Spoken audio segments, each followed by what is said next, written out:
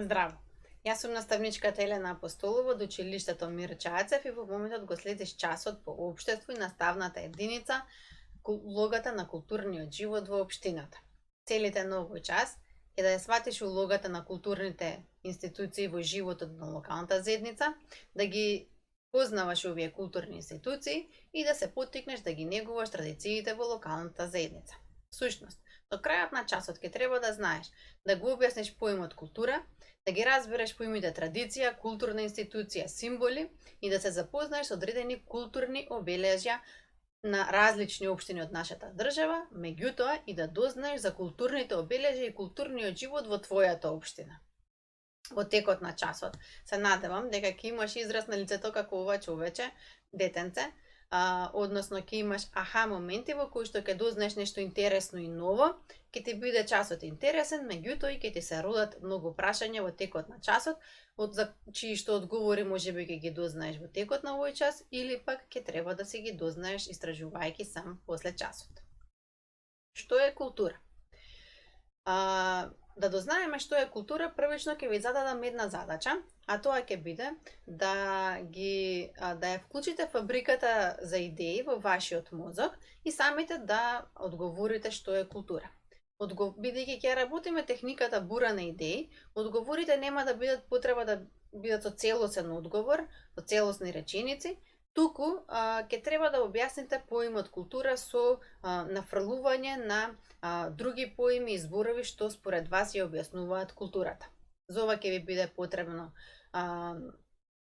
прибор за пишување и одреден временски период во кој што ќе треба да напишете барем 5 вакви поими кои што според вас ја објаснуваат културата.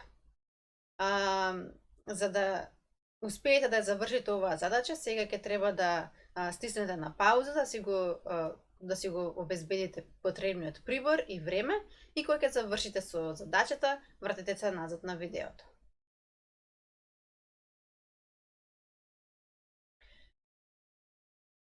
Се надевам дека успеавте да напишете барем 5 поими кои што објаснуваат културата, на оние кои што ова им беше тешко и не може им не знае, не им текнуваше како да ја објаснат културата, значи нека не се плашат, нека не им е непријатно, затоа што ова е моментот кога всушност тоа ќе го научиме.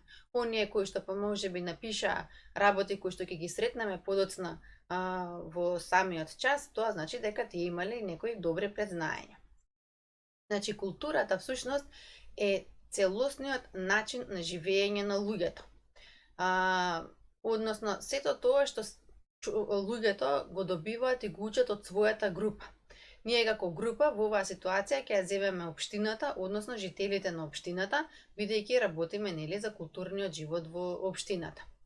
Значи што се подразбира под начин на живење на луѓето? Начинот на размислување, начинот на чувствување, верување, однесување, заради тоа што културата всушност е збир од знаења, од уметност, морал, право, односно законите и обичаите кои што човекот ги создал и ги пренесувал од генерација на генерација. На овој начин забележуваме всушност дека културата е многу блиска до поимот традиција. Она што можеби не го спомнавме во претходните објаснувања, а се дел од културата, всушност е јазикот и стандарден и нестандарден, значи изразите кои што се користат, шегите, музиката, филмот, театарските представи, религијата, танците, народните поговорки, литературните и ликовните творби, законите, градбите и сето тоа што го создава човекот. Верувам дека многу од вас културата ја сваќаат како културно однесување. И во право сте. Значи културното однесување е однесување во склад со некои пишани или непишани правила како треба да се однесуваме во некоја група. Односно, за да бидеме прифатени како дел од некоја група, ние многу добро треба да ги познаваме и да веруваме во оние начини на однесување кои што една култура ги има. Всушност, еден ист знак во различни култури може да има сосема различно значење. На сликата гледаме едно девојче како крева 2 прста за време на час. Во Македонија тоа би значило дека девојчето сака да каже нешто. Меѓутоа, Во Индија тоа би значило дека девојчето има потреба да оди по голема нужда. Во земјите од англиско говорно подрачје ги користат двата прста кога сакаат да покажат ви, буквата В, што би значило виктори, односно победа.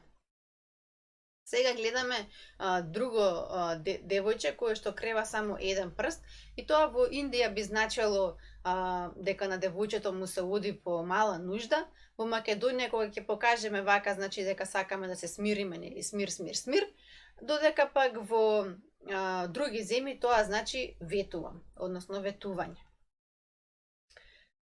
Значи кога ќе го направиме овој знак стоп, немој, доста, значи во Македонија ги има овие значења, меѓутоа пак ако истојав овој знак го направиме во Африка, немојте да се збуните зошто луѓето ќе се навредат. Кај нив ова е многу непристојно движење и многу навредливо движење.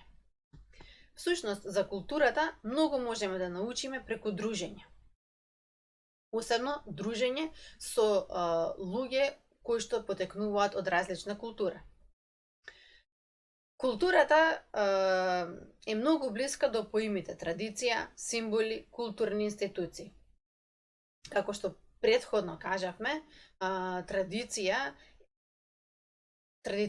е дел од културата, затоа што самата култура, односно начинот на однесување и обичаите се пренесуваат од колено на колено, од генерација на генерација. Тука спаѓаат, нели, традиционалните јадења, градбите, па дури и облеката и традиционалниот македонски вез, кој што освен кој што се пренесува толку многу што дури и сега можеме да го најдеме на везот, можеме да го најдеме на модерна облека. Символите се дел од културата и може да символизираат, односно да се знаци кои што ни означуваат одредени празници. Например, кога ќе видиме бојадисани јајца, веднаш знаеме дека тоа е символ на великденските празници. Знамето е символ на државата, на државноста, и лампионите, и елката, и светилките ни се символ за новогодишните празници.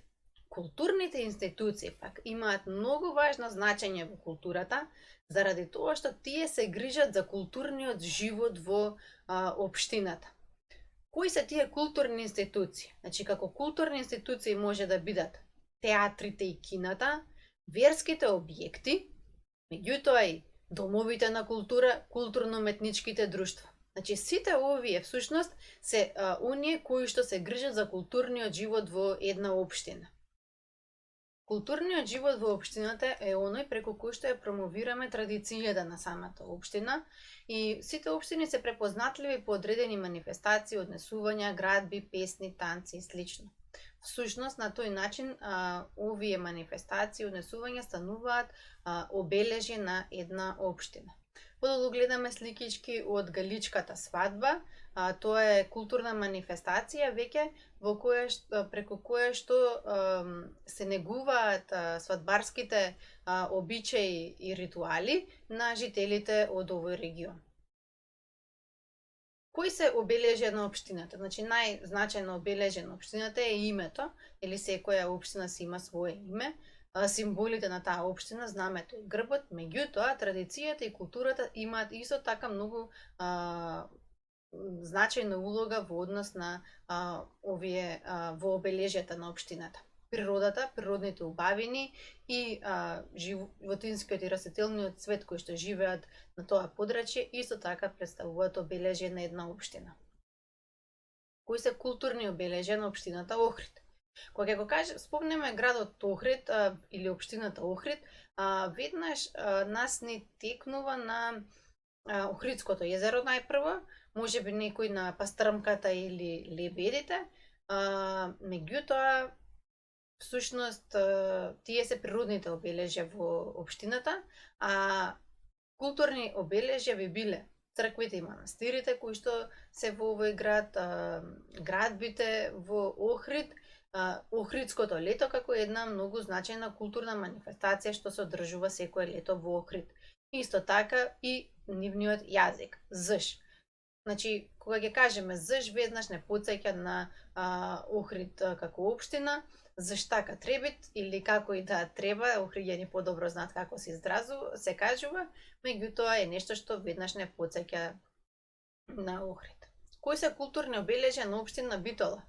Тоа би биле широк сокак, значи дотераните дами кои што биле од секогаш во Битола и познатиот филмски фестивал Браќа Манаки. Тука спаѓаат нормално и прекарите кои што луѓето во Битола ги имаат. Значи секој човек си има свој прекар. Во Валандово би биле Фолкфест Валандово, фестивалот на фолк песни, и Хитбахшен фест, кој што се одржува секоја година во селото Чалакли и преку кој што се промовира турската култура и традиција. Сега на крај да се потсетиме. Културата е сето оно што начинот на кој што човекот живее и сето тоа што го создава и го пренесува од генерација на генерација. Со тука се опфаќа поимот традиција.